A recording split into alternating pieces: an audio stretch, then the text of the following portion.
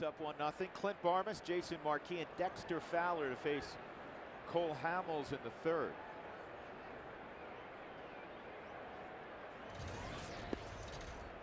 And that's in there for a strike.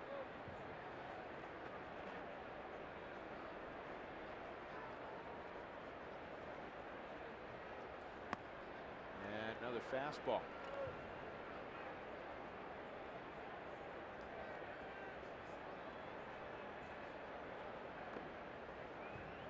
Rockies are 9-7 in home openers.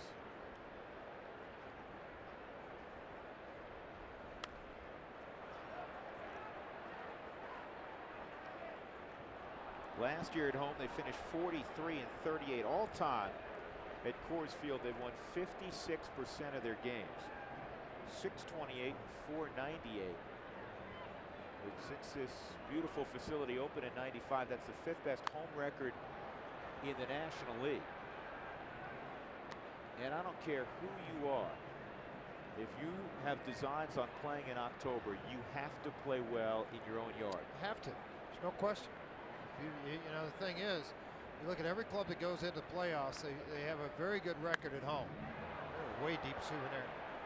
But they have a great record at home and play about 500 or a little less on the road in order to get in, or you're not going to make it.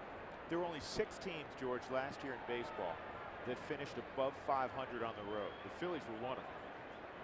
They were second, in fact, in all of baseball. Good at bat right now by Barmas. The Angels won 50 games last year away from Anaheim. That was the best mark in the game. The Phillies were 44-37, which was tops in the National League. This ball yanked down the line. Fair ball for Clint Barmas. Over into the corner. Ibanez will retrieve it. A leadoff double.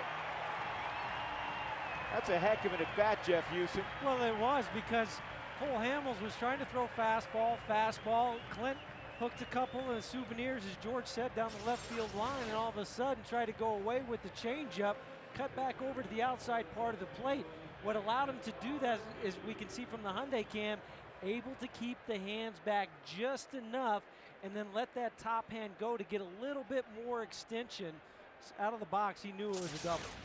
With a guy like Hamels on the mound, Jeff, I want to ask you as a third baseman, will they cheat over to the line more because you have a tendency to pull the ball? Yes, and he should, and that's where I've said it before, as a shortstop, what you do is you let the third baseman know. You just give a little whistle. As soon as he comes set, hey, a changeup's on the way, be ready. Here's the bunt up the third base line. It's going to go foul. That's the direction you want to bunt it, with a runner at second. 1 ball, 1 strike. Dexter Fowler got one the other day. And Marquis, again, a little too fine with it. Hey, you want to bunt it hard. You want to bunt it hard enough to get it up the line and make sure Felice is the guy that feels the baseball. You don't want to leave it out short. So let Cole have an opportunity at it as a pitcher. See him way up in the front of the box, trying to anticipate to catch anything before it moves. Now you'll hear this a lot with Jason Marquis. He is a very good hitting pitcher. He's checking out if the bunt's still on. I imagine it would be in this situation. Career average 206. He's hit the long ball 5 times. He has 40 RBIs. Good eye. 2-2. What you get now, though, even from Ryan Howard at third, who's charging hard the first 2 times, he's sitting back just a little bit more, even though Marquis is still squaring around to bunt. So now you don't have to be quite as fine. You can bunt it down the first base if you want to. And a base hit to the left side. Barmas around third. And he will score easily. Jason Marquis says, well, I didn't get the bunt down. I'll knock in my first Colorado Rockies run. We're even at 1. What an advantage, Fraze, to be able to handle the bat as a starting pitcher in the NL. The value is incredible because of situations this way with no outs, and you would 99% of the time see the bunt stay on. This is a pitch away from him, but it's a ball. It's up out of the strike zone. Doesn't try to hook it. He just slaps it to the hole in between short and third with Felice pulled in, and it increases the Opportunity for the ball to get through, cuts down on his range. The Rockies tie it 1-1.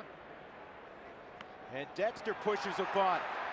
Hamels got there in a hurry. The throw is not handled by Howard, and it's a base hit.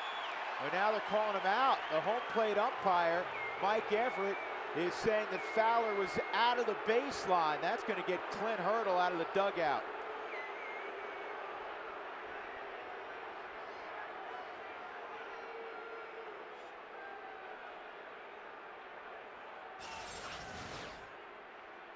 Well, that's you'll a home find plate, out with us. Home plate umpire's call, too. It is not the first base umpire. He's staying right on the inside of the line. That's a horrible call. That's a bad call. That is a horrible call. He's going right up the line. He can't go outside back to that 45-foot side. And it's a bang-bang play right there. Well, the worst part about it is, too, the bunt moves. It's a dead ball, so everybody's got to come back, and Fowler's out. You know what? As hot as Clint is, he watched it live. When he watches that on tape,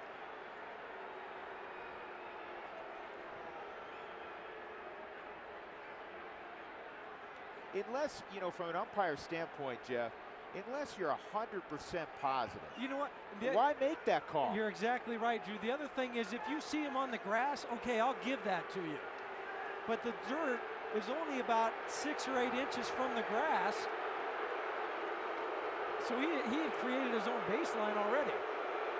Now let's see where Mike Everett is when he makes this call, Huey. I think you got a monitor, you can watch it too. See if he gets out there in line with it to watch. He's looking directly up the line to see exactly where he is. Cole Hamel threw the ball in the middle of his back. He didn't throw it anywhere near. I mean, right. Not a good call. You know what? But he called it quickly. He didn't hesitate at all. You see Clint right after the call, you see Hurdle pop out of the dugout. And that is an enormous call, too. You're talking about 2 on, nobody out. For Ryan Spilborgh's the middle of your lineup coming up. Now it's 1 out, and your pitcher's at first base. Hey, listen, these guys get it right 99.9% of the time. I have the utmost respect for the men in blue. That was a bad call.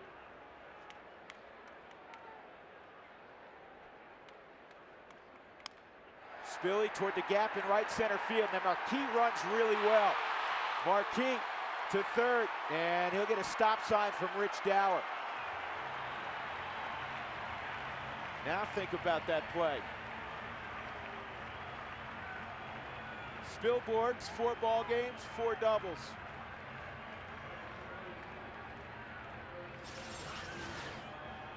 Trying to ride the fastball in. You could see Ruiz go so far to the outside. Look at his glove move on the Hyundai cam. And again, the power for Ryan Spilborgh's is right center, not down the line. And he took advantage right out into the gap. And if you're not into the order, Jeff, with 3, 4, and 5 coming up, you might have taken a chance with Marquis, but with your RBI in the middle of your lineup, there's no reason to do it. Yeah, exactly right. That's why Rich Dower held him up. But it's nice when you do have an athlete like Marquis that's able to make those decisions tough on a third base coach. Inside, 1-1 on Helton. These are the situations Todd Helton has always thrived on. Tied at 1.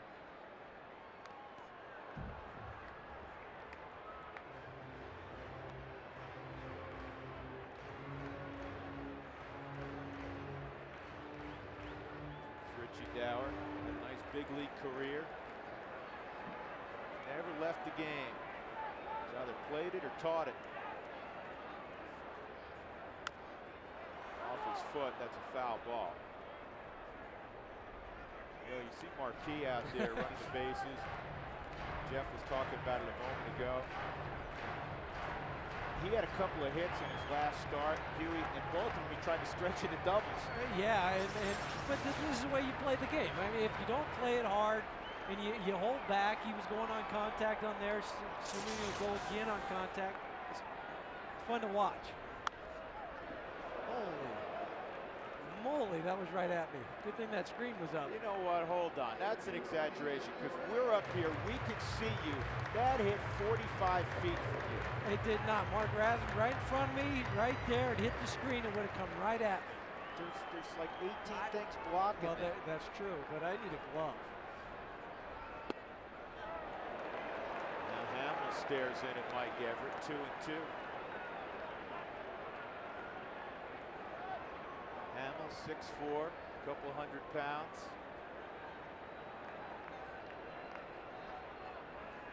25-year-old. Good job by Todd.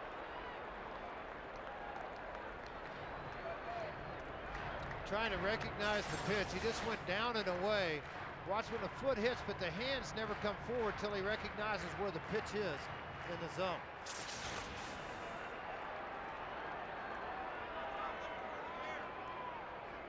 Another changeup. He's going to get the run home. Good job by Helton. That's where that ability to cover in and out different speeds with 2 strikes so valuable. Good AB. Well, and again, you haven't seen the curveball an awful lot from Hamill. There's the fastball in the inner half with a little bit of cut to it, and then he tried to go right back in again. Missed there. Now there looked like to be a little bit of a curveball, maybe downward movement on it, but he continued to fight pitches off to keep everything alive. This is where Hamill felt like he had to strike out, and Hamills doesn't get it. Helton continues the at-bat, fighting off pitches, and then able to ground the ball to the right side of the infield to get the run across and give the Rockies a 2-1 lead. Todd's second RBI of this season. And that's where the ability of Todd just to foul that ball off. Most guys aren't able to do that. Garrett Atkins almost had himself a double. Out front, just a smidgen, and it hooked foul. Billboard's at third. Rockies have taken a 2-1 lead here in the bottom of the third.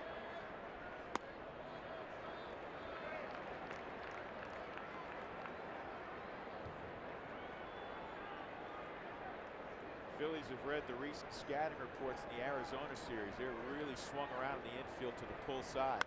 This ball high and deep left field. Way back. See you later. Garrett Atkins has gone deep.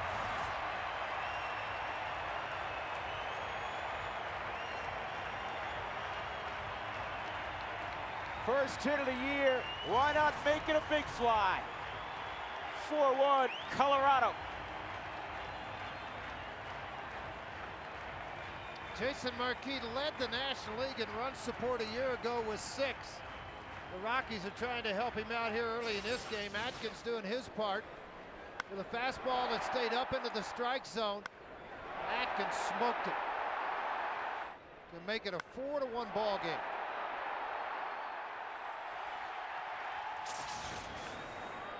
Brad Hop, big drive, right center field. This one will take one hop and visit the Rockies bullpen. A double for Hop. Second time through the lineup. They're getting a feel for Cole Hamels. Well, they are. Rich Doobie's going to go to the mound and have a little visit out there. The ball up in the zone, his first start in the 09 season.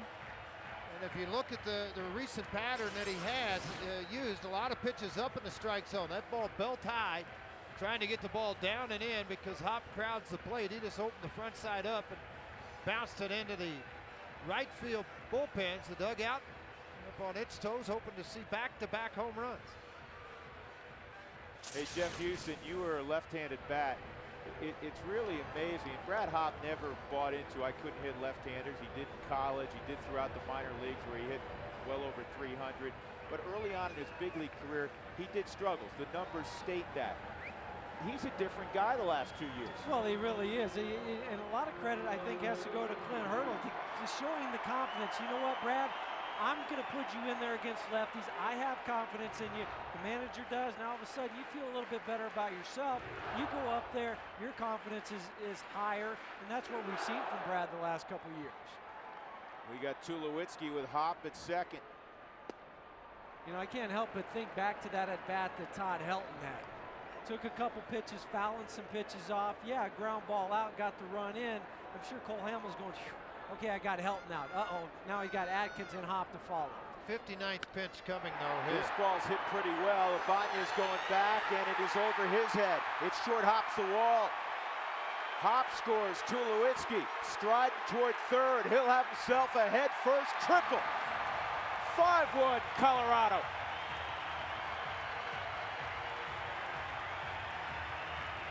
So good to be home.